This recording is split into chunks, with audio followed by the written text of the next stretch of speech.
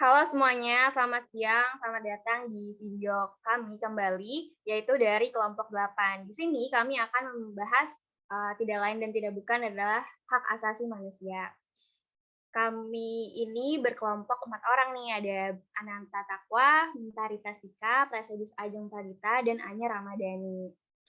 Mungkin sekilas info kita bakal me mepresentasikan nih tentang film Reversing Roe yang, berceritakan tentang aborsi di Amerika Serikat tuh, kayak gimana sih kronologi tentang law storyboard-nya kayak gimana.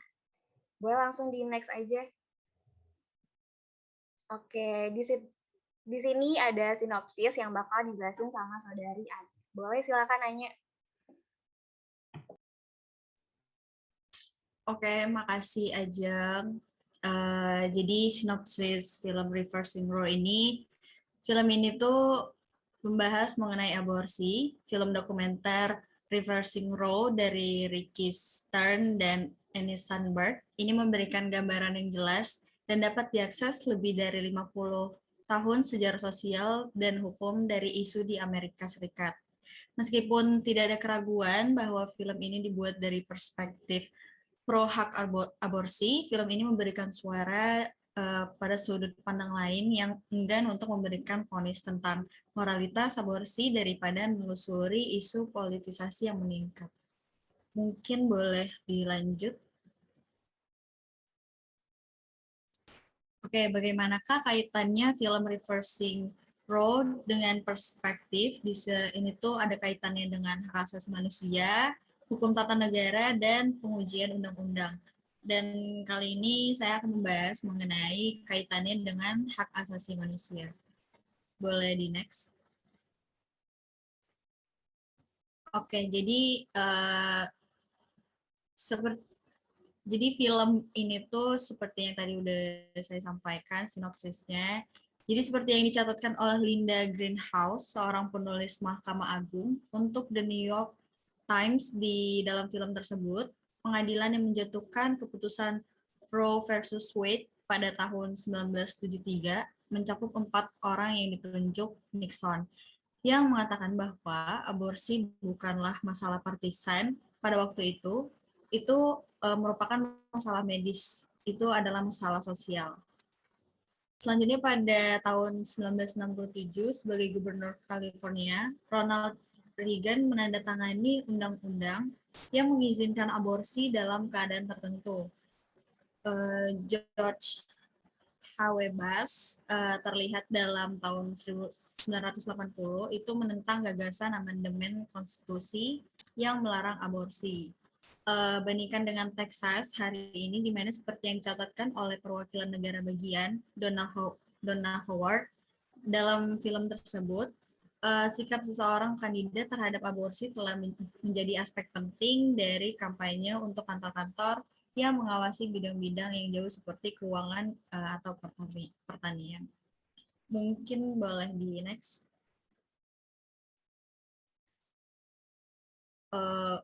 Maaf tadi lewat. Jadi film ini juga mewawancarai dokter seperti Colin McNicholas, seorang dokter kandungan ginekologi yang berbasis di Louis yang melakukan perjalanan ke seluruh Midwest. Dia bekerja di klinik Wichita, kan, tempat George Tiller, penyedia aborsi, berpraktik sampai pembunuhan pada tahun 2009. Dan ada dua pengacara, Sarah Weddington dari Roe versus Wade yang memiliki Jane Roe, seorang penggugat yang mencari aborsi di Texas, dan Catherine Colbert yang menentang hambatan aborsi dalam Planned Parenthood Casey pada tahun 1992, memaparkan masalah hukum. Oke, jadi kaitannya film Reversing Roe ini dengan HAM internasional. Di sini tuh ada pengertian aborsi ini sendiri, yaitu aborsi sudah menjadi subjek yang kontroversi sepanjang sejarah, dikarenakan agama serta variasi moral dan etik yang mengelilinginya. Pengertian aborsi menurut WHO adalah sebuah operasi atau prosedur untuk mengakhiri kehamilan atau janin yang tidak dapat hidup. Selanjutnya, debat mengenai aborsi ini menimbulkan konflik mengenai hak individu dengan moralitas, komunitas, dan medis, agama, keluarga, dan etika pribadi. Jika kita membicarakan mengenai legalitas aborsi, terdapat banyak keragaman pandangan di dalamnya. Ada yang pro dan ada yang kontra, yaitu mempertanyakan apakah membela hak keselamatan bagi si ibu yang mengandung janin atau membela hak hidup janin tersebut.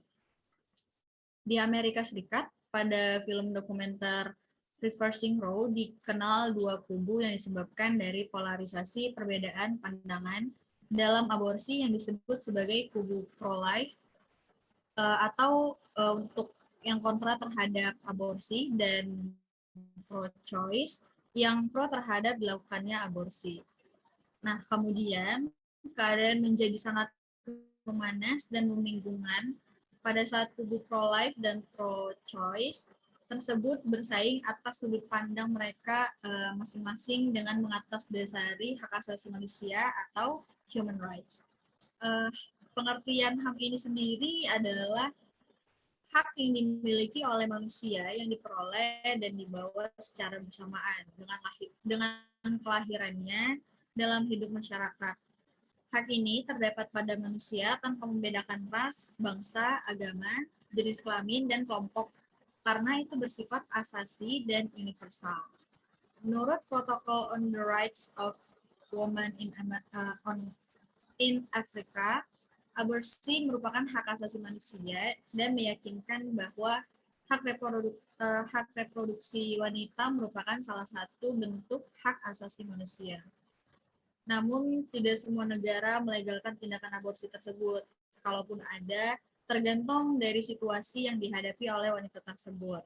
Dapat kita ambil contohnya itu di Singapura, aborsi hanya dapat dilakukan kepada warga negara Singapura saja, kemudian istri dari orang yang berkeluarga negaraan Singapura, dan apabila sudah tinggal di Singapura, setidak-tidaknya itu selama 4 bulan. Serta jika berdasarkan permintaan selama 24 minggu atau masa hamil yaitu 6 bulan pertama.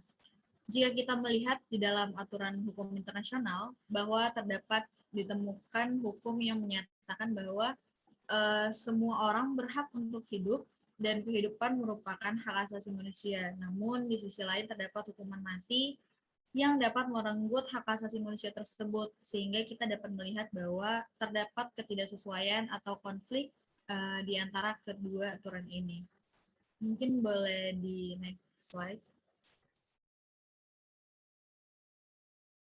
Oke, jadi kita bisa lihat dasar hukumnya itu dapat kita temukan pernyataan yang paling jelas dan tegas mengenai hak perempuan untuk mengakses aborsi dalam teks perjanjian hak asasi manusia di dalam Protocol on the Rights of Women in Africa atau dikenal juga sebagai African Women's Protocol yang diadopsi oleh Union Afrika pada 11 Juli 2003 yang memiliki tujuan untuk mengisi kesenjangan atau celah dari African Charter on Human and People's Rights pada tahun 1981 atau biasa disebut African Charter atau biasa disebut dengan African Charter.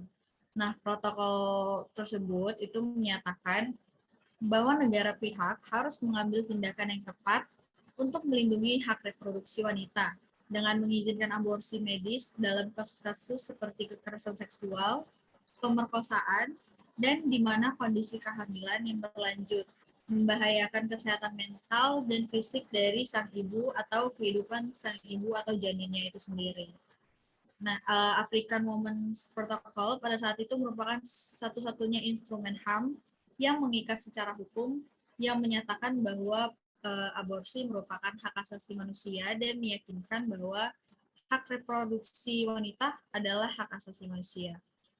Dan berdasarkan penjelasan di atas mengenai legalitas aborsi dalam hukum hak asasi manusia internasional, dapat kita ketahui bahwa aborsi itu sendiri adalah hak asasi manusia dan diakui di dalam hukum internasional.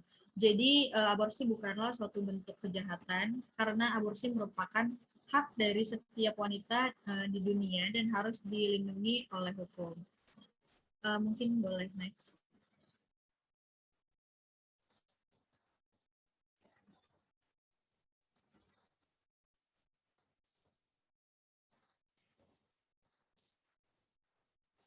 Oke. Jadi selanjutnya saya akan membahas mengenai kaitannya dengan HAM menurut hukum positif Indonesia.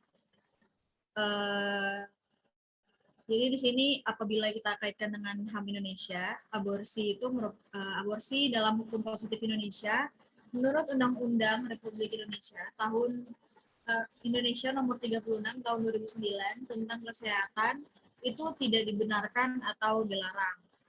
Mengenai aborsi di Indonesia sendiri itu sebenarnya dilarang menurut Kitab Undang-Undang Hukum Pidana atau KUHP pada pasal 299, 346 sampai 349, di mana pasal-pasal tersebut itu menyatakan bahwa aborsi merupakan perbuatan kejahatan dan dapat dipidana. Aborsi menurut hukum positif Indonesia juga telah diatur di dalam pasal 75, pasal 77, dan pasal 194 Undang-Undang nomor 36 tahun 2009 tentang kesehatan, atau biasa disebut dengan UU Kesehatan. Di UU Kesehatan ini memberikan ruang untuk aborsi dengan alasan tertentu. Pada pasal 75 ayat 2 UU Kesehatan, ini memberikan dua alasan untuk dapat dilakukannya aborsi, yaitu yang pertama karena adanya indikasi kedaruratan medis yang terdeteksi sejak usia dini kehamilan, baik yang mengancam nyawa ibu dan atau janin, yang menderita penyakit genetik berat dan atau cacat bawaan, maupun yang tidak dapat diperbaiki sehingga menyulitkan bayi tersebut hidup di luar kandungan. Dan yang kedua itu bagi korban pemerkosaan. Selain terpenuhinya alasan-alasan dalam pasal 75 Undang-Undang Kesehatan, untuk dapat dilakukan aborsi juga harus terpenuhinya syarat-syarat yang terdapat di pasal 76 Undang-Undang Kesehatan yang menegaskan bahwa aborsi hanya dapat dilakukan dengan satu, sebelum kehamilan berumur 6 minggu dihitung dari hari pertama haid terakhir, kecuali dalam hal kedaruratan medis. Dan selanjutnya itu oleh tenaga kesehatan yang memiliki keterampilan dan kewenangan yang memiliki sertifikat yang ditetapkan oleh menteri yang lingkup tugas dan tanggung jawabnya di bidang kesehatan. Dan selanjutnya ada dengan persetujuan ibu hamil yang bersangkutan. Selanjutnya dengan izin suami, kecuali korban pemerkosaan dan penyedia layanan kesehatan yang memenuhi syarat yang ditetapkan oleh Menteri Lingkup Tugas dan tanggung jawabnya di bidang kesehatan. Jadi praktik aborsi ini yang bertentangan dengan peraturan perundang-undangan yang telah ditetapkan, sebagaimana yang sudah disebutkan sebelumnya, itu merupakan aborsi ilegal. Pada pasal 194 Undang-Undang Kesehatan menerangkan bahwa setiap orang yang dengan sengaja melakukan aborsi tidak sesuai dengan ketentuan, maka dapat dipidana dengan pidana penjara paling lama 10 tahun dan denda paling banyak 1 miliar. Dan menurut kelompok kami, aborsi merupakan hal yang tidak boleh dilakukan yang sesuai dengan pengertian HAM itu sendiri, yaitu adalah hak yang dimiliki oleh manusia yang diperoleh dan dibawa secara bersamaan dengan kelahirannya dalam hidup masyarakat. Pada pasal 9 ayat 1 Undang-Undang nomor 39 tahun 1999 tentang hak asasi manusia, dijelaskan bahwa setiap orang berhak untuk hidup, mempertahankan hidup, dan meningkatkan taraf kehidupannya. Apabila aborsi ditinjau dari perspektif HAM, maka setiap janin mempunyai hak hidup yang harus dilindungi. Apabila aborsi tetap dilakukan, maka itu melanggar HAM itu sendiri. Mungkin selanjutnya boleh dilanjutkan oleh teman saya. Terima kasih.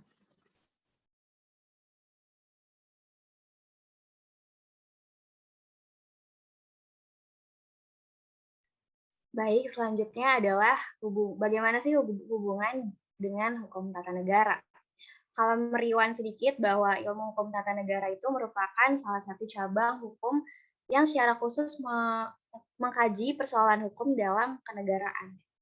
Saya mengutip beberapa pendapat ahli untuk mengingatkan kembali apa itu HTN. Kalau dari Van Vollenhoven, HTN merupakan eh, hukum yang mengatur semua masyarakat hukum atasan dan masyarakat hukum bawahan. Kalau Lokman, itu adalah identik dengan peraturan-peraturan yang menentukan badan-badan yang diperlukan, wewenang masing-masing badan, hubungan badan, dan individu. Kalau MacIver, yaitu negara digambarkan sebagai organisasi politik. Hukum tata negara juga sering disebut sebagai constitutional law. Kembali kepada film, film tersebut mengulas mengenai perjalanan law story atau legal story pertentangan dua kubu pro kontra aborsi yang berada di pro dan kontra aborsi yang berada di Amerika Serikat. Pelakuan hak untuk mengaborsi dan untuk tidak mengaborsi merupakan salah satu klasifikasi HAM. Disitulah terjadi dua hak yang saling berselisihan. Pertama, hak wanita atas otonomi dan kebebasan untuk tubuhnya, namun di sisi lain ada hak hidup pada janinnya. Lalu, apa sih yang menjadi persoalan? Apakah aborsi ini ditentukan oleh sang wanita yang akan menjadi calon ibu atau dari pemerintahnya? Di Amerika, khususnya, tiap-tiap daerah bisa memberlakukan requirement atau peraturan yang berbeda-beda untuk aborsi, sehingga perlakuan untuk aborsi belum general pada saat itu. Seperti pada saat itu tuh ada negara bagian New York dikatakan legal kalau untuk aborsi, namun negara bagian lain itu masih ilegal. Hal ini berkat campur tangan Partai Republikan dulu. Awal mula pada negara bagian konservatif seperti Missouri, terdapat 3 klinik aborsi yang berdiri, namun karena banyaknya pihak yang memilih pro-life atau yang anti-aborsi, klinik pada negara bagian tersebut hanya tersisa 1 karena ditutup. Banyak legislasi negara bagian sudah tidak mendanai klinik tersebut, makanya ditutup. Dan Republikan ini mempengaruhi Senat dan DPR untuk menutup klinik. Di tengah kondisi seperti itu, maka masalah aborsi became to issues political dan menjadi suatu concern dalam menetapkan konstitusi peraturan di Amerika Serikat yang tiap tahunnya tidak menemukan jalan tengah. Cerita awal pada tahun 50-an sampai 60-an, layanan aborsi masih sulit dicari dan harus pergi ke luar negeri jika ingin melakukan aborsi. Sehingga tentang tahun ini UU aborsi selalu dilanggar dan belum ditegakkan secara jelas. Sampai pada 1962, ada seorang wanita bernama Sherry Finbein, seorang pembawa acara TV anak-anak terkenal mendeklarasikan bahwa ia akan melakukan aborsi, padahal dia udah punya 4 anak. Alasannya dia melakukan aborsi adalah demi kesehatan dirinya. Kabar tersebut lalu meluas ke berita lokal dan pada akhirnya Sherry tidak diterima di negaranya sendiri dan ditolak di rumah sakit negara bagiannya yang tempat dia tinggal. Sehingga untuk melakukan aborsi demi kepentingan kesehatan, dia harus pergi ke rumah sakit Swedia. Pada tahun 1968, Gubernur California Ronald Reagan menandatangani undang-undang reformasi yang mengizinkan aborsi dalam keadaan tertentu, yaitu undang-undangnya namanya California Therapeutic Abortion Act. 2 tahun kemudian, di 1970, terdapat UU yang menghapus UU aborsi yang lama. Di sini yang menghapus adalah New York. Negara bagian New York beranggapan aborsi bisa dilakukan apabila dalam 2 trimester pertama. Itu adalah ukuran hamilnya berapa bulan sih. Tahun ini juga pada tahun 1970, klinik aborsi ini pertama kali didirikan di New York oleh seorang pendeta. Selang tahun 1973, United States Supreme Court mengeluarkan keputusan pada landmark case Roe versus Wade.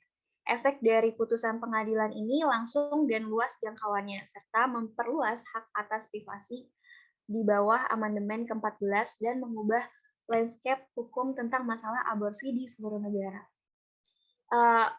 Awal landmark case-nya adalah ada seorang wanita hamil dari Texas bernama Norma McCarthy yang pada saat itu mencari klinik aborsi. Nah, saat itu hukum Texas melarang aborsi kecuali dilakukan atau diperuntukkan untuk menyelamatkan nyawa calon ibu. Akhirnya, McCarthy mengajukan gugatan di pengadilan federal dengan nama Jane Roe. Jadi pakai nama samaran untuk melindungi privasinya.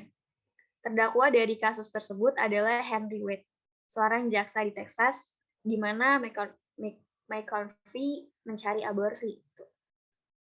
Roe berpendapat, nama samarannya, Jane Roe berpendapat bahwa larangan aborsi itu tidak konstitusional dan meminta X to the court to issue an order that will stop Texas itu supaya enforcing the law-nya menghentikan hukum aborsi gitu. Selanjutnya, pengadilan distrik menemukan pembatasan Texas pada aborsi bersifat tidak konstitusional dengan alasan bahwa undang-undang itu terlalu kabur dan terlalu luas, serta melanggar hak-hak yang dimiliki orang-orang di bawah amandemen ke-9. Namun, pengadilan tidak mengeluarkan perintah untuk melarang Texas menegakkan larangannya. Jadi, gugatan Roe ini tidak benar-benar berubah pada saat itu di Texas. Akhirnya, karena tidak puas, Roe mengajukan banding ke Mahkamah Agung karena kurangnya putusan serta putusan selak pengadilan distrik karena dirasa belum mengakomodir gugatannya. Nah, di bagian ini terjadi banyak gencatan sengit antara justice pendukung pro-life dan pro-choice. Sehingga pada waktu ini konstitusi Amerika Serikat tuh berubah-ubah.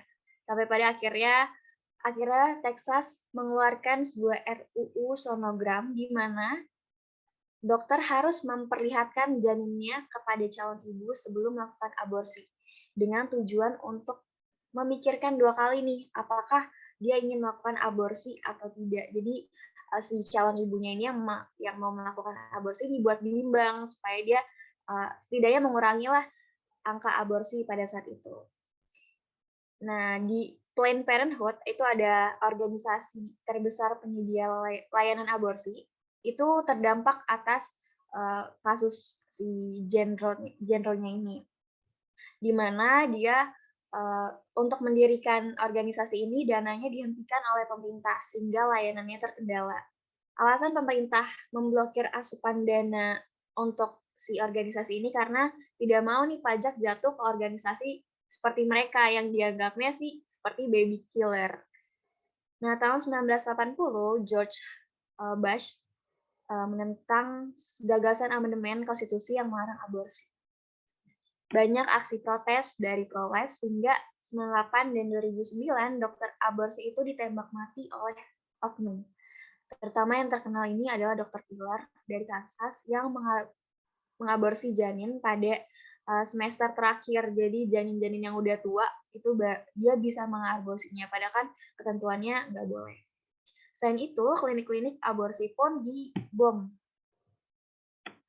Tahun 2012, AS membatasi aborsi secara ekstrim dengan UU Dewan 2, atau kalau misalnya bisa disebut adalah yang terkenalnya TRAP Law. Karena UU ini memberikan kesulitan untuk melakukan aborsi. Contohnya dengan harganya mahal, terus jaraknya jauh, atau klinik-kliniknya itu cuma ada satu di suatu kota. Gitu. Dan ini mengimplikasikan pada penutupan healthcare wanita di Texas. Sehingga dapat disimpulkan hubungan HTN dengan reversing Roe, terlihat bahwa konstitusi memberikan perintah untuk wanita untuk melanjutkan atau mengakhiri kehamilannya di luar keinginannya. Seiring berjalannya waktu, aborsi dapat dilakukan. Namun, kami pun tidak bisa membenarkan perbuatan tersebut. Setiap negara bagian Amerika Serikat memiliki konstitusi yang memperbolehkan aborsi, namun punya requirements, persyaratan yang diset sedemikian rupa oleh legislasinya sendiri. Jadi, secara keseluruhan jelaslah bahwa muatan aborsi telah dibuat dalam aturan konstitusi negara bagian sendiri. Oleh karena itu, sudah menjadi keharusan bagi setiap pihak dari negara bagian dalam menjamin hak asasi manusia yang menjadi elemen dasar hadirnya negara sebagai pengayom rakyatnya. Mungkin boleh di next dan dilanjutkan oleh rekan saya.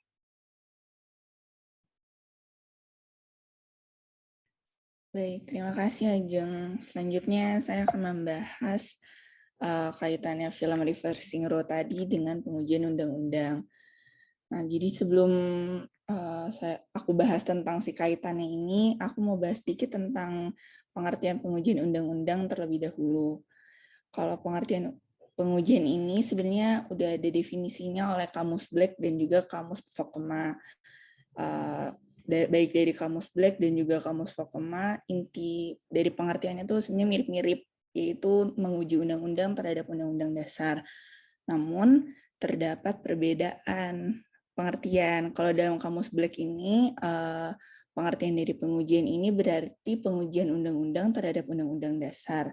Sedangkan dari yang Kamus Vokema sebaliknya, yaitu pengujian undang-undang hanya dapat dilaksanakan terhadap peraturan perundang-undangan di bawah undang-undang.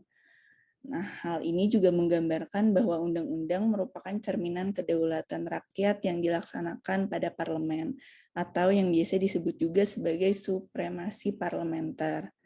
Berdasarkan pengertian dari kedua kamus tersebut, baik dari Kamus Black dan juga Kamus Vokema, maka dapat disimpulkan pengertian pengujian ini merupakan pengujian undang-undang terhadap undang-undang dasar atau peraturan perundang-undangan di bawah undang-undang terhadap undang-undang. Nah, yang dimaksud pengujian ini juga dilakukan oleh lembaga peradilan dan bukan dilakukan oleh lembaga eksekutif maupun lembaga legislatif. Maka dari itu, pengujian ini disebut juga sebagai judicial review. Judicial review ini memiliki dua tipe, ada yang sentralisasi dan juga desentralisasi. Untuk yang tipe desentralisasi berarti pengujian dilakukan oleh semua lembaga pengadilan di seluruh tingkat. Sedangkan sedangkan tipe yang sentralisasi ini berarti pengujian dipusatkan terhadap satu lembaga yang biasa kita kenal dengan sebutan Mahkamah Konstitusi. Untuk selanjutnya akan dijelaskan oleh Bang Nanta. Mungkin Bang Nanta, silakan. Baik, terima kasih. Izinkan saya melanjutkan. Nah, berhubungan dengan film Reversing Row ini, di sini saya akan membahas apakah putusan hasil pengujian dapat diubah. Nah, terkait film tersebut, pada dasarnya putusan setelah pengujian tidak dapat diubah, di mana dinyatakan oleh Burton bahwa overruling enables Supreme Courts to correct their past errors and to adapt the law to changing circumstances. Nah, di Indonesia sendiri, putusan MK tidak dapat diubah dikarenakan langsung memperoleh kekuatan hukum tetap dan tidak ada upaya hukum yang dapat ditempuh menurut penjelasan pasal 10 ayat 1 Undang-Undang Nomor 8 Tahun 2011. Boleh lanjut? Nah, terkait faktor-faktor dalam pengujian undang-undang, faktor dalam pengujian undang-undang berkaitan dengan faktor yang membuat materi muatan undang-undang bertentangan dengan Undang-Undang Dasar 1945. Undang-undang harus mencerminkan cita-cita dan keinginan masyarakat terhadap suatu hal yang harus diatur oleh undang-undang dalam negara ini. Atau dengan kata lain, harus mempertimbangkan aspek filosofis, yuridis, sosiologis, dan politis. Lalu harus mengikuti asas pembentukan peraturan perundang-undangan yang diatur dalam pasal 5 Undang-Undang Nomor 12 Tahun 2011. Dan terakhir, terdapat faktor mengenai penentuan materi muatan yang tidak sesuai dengan pedoman yang ada seperti yang diajukan oleh A. Hamid S. At-Tamimi. Mungkin segitu aja, kembali lagi ke Ajeng. Baik, ini merupakan pemaparan dari kelompok 8. Mungkin teman-teman di sini ada yang mau menambahkan terlebih dahulu sebelum kita masuk ke sesi diskusinya? Ajeng izin menambahkan. Tadi Boleh, yang terkait kaitan film Reversing Row dengan pengujian undang-undang, ini jadi sebenarnya si kaitannya ini kan film ini menggambarkan aborsi dari dua arah dan juga menggambarkan bagaimana permasalahan dalam hukum terkait aborsi itu sendiri. Nah, kemudian menurut Neil McCormick yang merupakan seorang filsuf dan juga politisi dari Skotlandia, beliau menyebutkan bahwa sebenarnya suatu putusan hukum ini harus masuk akal dalam konteks sistem hukum itu sendiri. dan lebih konkretnya juga harus memenuhi kriteria positivitas, koherensi, dan juga keadilan. Hal inilah yang menjadi legitimasi dari praktik overruling. Segitu aja Ajeng tambahannya. Terima kasih. Oke, baik. Terima kasih Mentari. Mungkin kita langsung lanjut ke sesi diskusi. Oke, teman-teman, selamat datang di sesi diskusi. Kita akan mendiskusikan terkait pemaparan yang telah kita sampaikan tadi. Mungkin udah ada yang cepat banget nih, Bang Nanta. Mau nanya ke siapa kira-kira? Makasih Ajeng, mau nanya ke Anya. Tadi terkait yang dibahas tadinya, upaya-upaya apa sih yang perlu dilakukan oleh pemerintah? Kan di Indonesia tadi dibahas kalau praktik aborsi dilarang kan ya. Nah, upaya apa yang untuk mencegah terhadap tindak pidana pengguguran kandungan? Itu aja sih, Nya. Oke, makasih Bang Nanta. Ini Ajeng boleh langsung dijawabkan ya?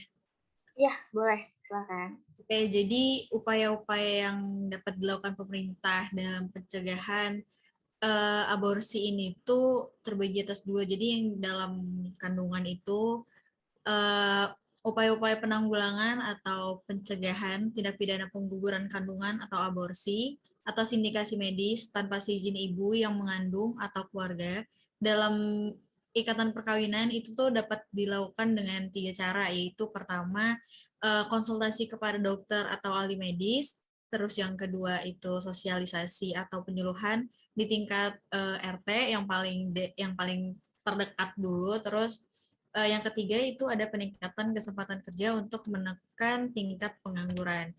Nah, terus juga ada pun tindakan pengurangan aborsi ini sendiri di luar perkawinan itu yang biasa terjadi dari akibat pemerkosaan ataupun pergaulan bebas, maka dapat dilakukan dengan beberapa cara. Ada 4 cara di sini aku masukin, yaitu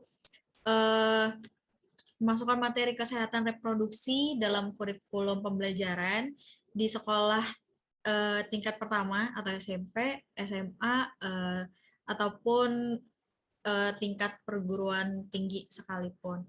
Nah, terus yang kedua itu mengadakan penyuluhan atau seminar dimulai dari sekolah yang paling dasar atau perguruan tinggi untuk memberitahukan seberapa bahayanya sih tindakan pengguguran kandungan itu sendiri akibat pergaulan bebas atau free sex. Dan yang ketiga itu ada pendekatan secara agama, dan yang terakhir ada pengawasan orang tua. Mungkin itu yang bisa aku sampaikan. Bang Anta gimana? Apakah cukup menjawab? Cukup, makasih. Oke, thank you Bang Anta. Oke, terima kasih pertanyaannya. Boleh langsung Mentari, udah cepat banget untuk raise hand. Silakan Mentari mau tanya ke siapa? Aku mau nanya ke Ajeng. Ajeng, aku izin tanya ya. Jadi kan tadi udah ngejelasin ya, Ajeng bagian kaitannya dengan HTN. Kenapa sih di tahun 1950 sampai 1960-an tuh undang-undang aborsi selalu dilanggar? Padahal kan pada saat itu juga aborsi merupakan hal atau praktik yang ilegal. Kenapa ya, Jeng? Kasih ya. Oke, keren banget pertanyaannya Mentari. Jadi gini, men. Tahun 50 sampai 60 itu ada kesenjangan ras. Kalau maaf yang berkulit putih dan kaya, ini aborsi, dia bisa melakukan aborsi itu secara layak. Lain hal dengan si miskin dan terbelakang, apalagi yang kulitnya hitam, itu aborsi dilakukan tidak layak dan dia tuh sama dokternya disuruh untuk mensterilkan reproduksinya gitu. Jadi tidak bisa hamil kembali. Oleh karena itu, banyak wanita muda yang mengaborsi diri sendiri dengan cara yang berbahaya, misalkan dengan gantungan baju, ditusuk-tusuk atau pisau dan lainnya, karena kesulitan mencari klinik aborsi yang terjangkau dan layak gitu, man. Jadi mereka mengaborsi itu secara benar-benar kasar dan bukan sama tenaga medis. Itu yang dimaksud kenapa bisa melanggar UU tersebut gitu, man. Kira-kira jelas kan? Ya, cukup jelas kok, Ajeng. Makasih ya. Sama.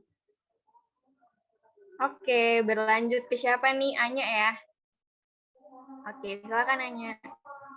Oke, makasih Ajeng. Jadi di sini aku mau nanya ke Mentari sih. Jadi tentang pengujian perundang-undangan itu kan kayak apa ya, kayak menarik banget ya pembahasannya. Jadi di sini aku juga pernah dengar itu kayak tentang praktik overruling, cuman masih kayak eh, belum tahu pastinya gitu loh. Jadi aku mau nanya ke kalian itu apa sih praktik overruling itu sendiri? Makasih Mentari. Mungkin boleh dibantu jawab ya Bang Nanta. Bang Nanta, bantu jawab. Ya, bantu jawab ya untuk overruling itu. Jadi ini ngambil dari websitenya MKRI. Dia membahas tentang overruling. Nah, overruling itu sebuah praktik di mana pengadilan memberikan pendapat yudisial yang baru, menggantikan pendapat yudisial sebelumnya, dan sejatinya hanya dipraktikkan di lingkungan peradilan berdasarkan sistem common law sebagai upaya untuk tidak mengikatkan diri kepada presiden. Nah, kalau yang dari kasus film Reversing Roe ini, dia overrulingnya tuh dari putusan Supreme Court sebelumnya. Nah, ini kenapa dibilang overruling tidak dikenal dalam sistem civil law yang tadi sempat dibahas di bagian saya juga tadi. Mungkin itu menjawab. Oke, menjawab Bang Nenta, terima kasih. Oke, sama-sama. Oke, next. Saya yang mau nanya, karena saya udah resign sendiri. Aku mau nanya berkaitan dengan tadi pengujian undang-undang masih sama. Sebenarnya ada nggak sih klasifikasi dari pengujian undang-undang tuh? Oke deh, aku coba jawab ya Ajeng. Jadi kalau ini sih klasifikasi dari pengujian peraturan perundang-undangan tuh ada 3. Yang pertama sih pengujian ini dibagi atas pengujian formil dan material. Terus klasifikasi kedua dilihat dari batu ujinya. Jadi ada constitutional review dan legal review. Dan yang klasifikasi ketiga dilihat dari lembaga yang menguji, yaitu judicial review, legislative review, dan juga executive review. Untuk klasifikasi yang pertama, kan tadi pembagiannya pengujian formil dan material ya. Pengujian formil ini dilakukan terhadap prosedur atau tata cara atau lembaga yang mengeluarkan peraturan perundang-undangan tersebut. Sedangkan pengujian material dilakukan terhadap isi atau substansi dari peraturan perundang-undangan. Apakah sudah sesuai dengan peraturan perundang-undangan di atasnya. Untuk klasifikasi kedua dilihat dari batu ujinya kan. Tadi ada constitutional review dan juga legal review. Constitutional review ini menggunakan konstitusi sebagai batu uji, sedangkan legal review menggunakan undang-undang sebagai batu ujinya. Untuk klasifikasi ketiga dilihat dari lembaga yang menguji, yaitu tadi ada judicial review, legislative review, dan juga executive review. Judicial review ini dilakukan oleh lembaga yudisial, terus legislative review dilakukan oleh lembaga legislatif, dan executive review dilakukan oleh lembaga eksekutif. Jadi ada 3 klasifikasi sebagaimana yang tadi sudah aku jelasin ya Ajeng. Cukup menjawab gak ya? Cukup banget. Jadi ada 3 ya. Berkaitan juga sama hukum tata negara tadi karena ada constitutional law gitu. Keren banget Mentari penjelasannya. Ada lagi teman-teman yang mungkin belum terjawab atau masih ada yang pengen nanya-nanya lagi? Oke, Mentari silahkan. Aku nanya lagi ya Ajeng. Aku tapi kali ini mau nanya ke Anya ya. Ya, tadi kan udah dibahas tentang kaitan film ini sama hak asasi manusia ya. Aku mau nanya dong, jadi kalau terkait pertanggungjawaban tuh jadi gimana ya pertanggungjawaban pidana dokter yang melakukan aborsi atau penguguran kandungan atas indikasi medis, namun dilakukan tanpa seizin ibu yang mengandung ataupun juga tanpa izin keluarganya. Itu gimana ya? Oke, makasih Mentari pertanyaannya. Jadi mungkin langsung aku jawab aja ya, Jang. Jadi pertanggungjawaban pidana dokter ini tuh yang melakukan pengguguran kandungan aborsi atas indikasi medis tanpa atau tanpa seizin ibu yang mengandung atau keluarganya adalah suatu tindakan medis yang dapat dikatakan hak atau wewenang profesi dokter. Nah, makanya adanya suatu ketentuan bahwa sebelum tindakan medik dilakukan, seorang ahli medik itu melakukan suatu tindakan, maka harus ada penjelasan terlebih dahulu sifat dan tujuan medik tersebut oleh pihak yang melakukan tindakan medik. Jika pasien setuju, harus menandatangani pada surat persetujuan, dan jika dokter melanggar ketentuan tersebut, maka akan mendapatkan sanksi pula, baik pidana, perdata, dan bisa juga sanksi administratif gitu.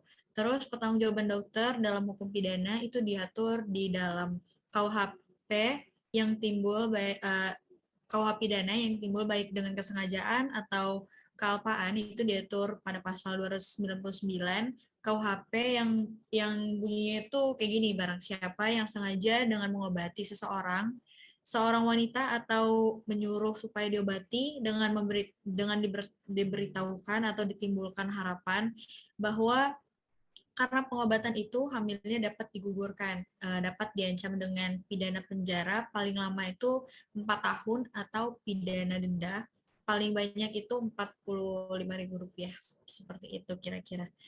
Apakah menjawab, Mentari? Ya, menjawab Koanya. Terima kasih. Oke. Sebenarnya aku pengen nanya juga sih Nya ke kamu. Sebenarnya hampir sama. Jadi intinya tuh mau diperjelas apakah dokter ini dapat dipidana apabila melakukan aborsi atas indikasi medis tanpa izin ibu yang mengandung atau keluarganya. Bisa nggak sih pidana si dokter ini? Oke, aku jawab langsung ya, Jun. Jadi, jawabannya adalah iya, dokter tuh bisa dipidana dalam tindakan pengguguran kandungan aborsi atas indikasi medis tanpa izin ibu yang mengandung atau keluarganya, kecuali dalam keadaan darurat. Nah, hal ini diatur dalam ketentuan dalam pasal-pasal KUHP, itu sangat jelas dan tidak memberikan peluang untuk dilakukannya aborsi. Nah, pemberlakuan ketentuan pasal tersebut itu mutlak dan tidak ada alasan apapun. Dan dokter nggak dapat dipidana jika dalam keadaan darurat, sebagaimana yang udah disebutkan sebelumnya, itu udah jelaskan di pasal 4 ayat 1 sampai dengan ayat 3, itu peraturan Menteri Kesehatan Permenkes nomor 290 tahun 2008 tentang persetujuan tindakan kedokteran. Jadi kalau misalnya mau melakukan aborsi harus sesuai dengan ketentuan-ketentuan yang berlaku kayak gitu. Apakah cukup menjawab, Ajeng? Cukup sekali. Adakah teman-teman yang belum terjawab pertanyaannya? Kebetulan aku mau nanya Ajeng ke kamu. Boleh. Oke. Jadi kan tadi kan Ajeng udah ngejelasin tentang HAM kaitannya dengan HTN ya. Nah, jadi aku mau nanya sih, dari pernyataan-pernyataan yang udah Ajeng bilang itu, apa sih yang menjadi objek hukum tata negara itu sendiri? Mungkin itu aja. Thank you. Oke. Objek dari hukum tata negara sendiri kalau dikaitin sama si filmnya itu pertama adalah organisasi negara, baik tingkat pusat maupun daerah. Tapi kalau di situ digambarkan ada sebuah organisasi terbesar penyedia layanan aborsi namanya Planned Parenthood. Terus yang kedua ada struktur, tugas, dan wewenang dari alat pelengkap negara. Seperti tadi ada DPR, Senatnya, ada parpol, yang disinggung tuh parpol demokratik. Dan yang ketiga adalah hubungan antar alat perlengkapan negara baik secara vertikal maupun horizontal. Segitu sih hanya, jadi sesimpel itu untuk objek hukum tata negara. Oke, Ajeng. Terima kasih atas jawabannya. Oke, sama-sama. Mungkin kita roll call dulu, teman-teman. Bang Nanta, ada pertanyaan kah? Oke, cukup. Mentari? Cukup, Ajeng. Anya? Dari aku juga cukup, Ajeng. Oke, kalau begitu karena dari teman-teman sudah cukup, mungkin sekian dari kelompok 8. Terima kasih sudah menonton sampai akhir. Mungkin kita tutup. Sampai jumpa di video berikutnya kalau memangnya masih ada tugas bersama. Terima kasih, selamat siang dan selamat melanjutkan aktivitas.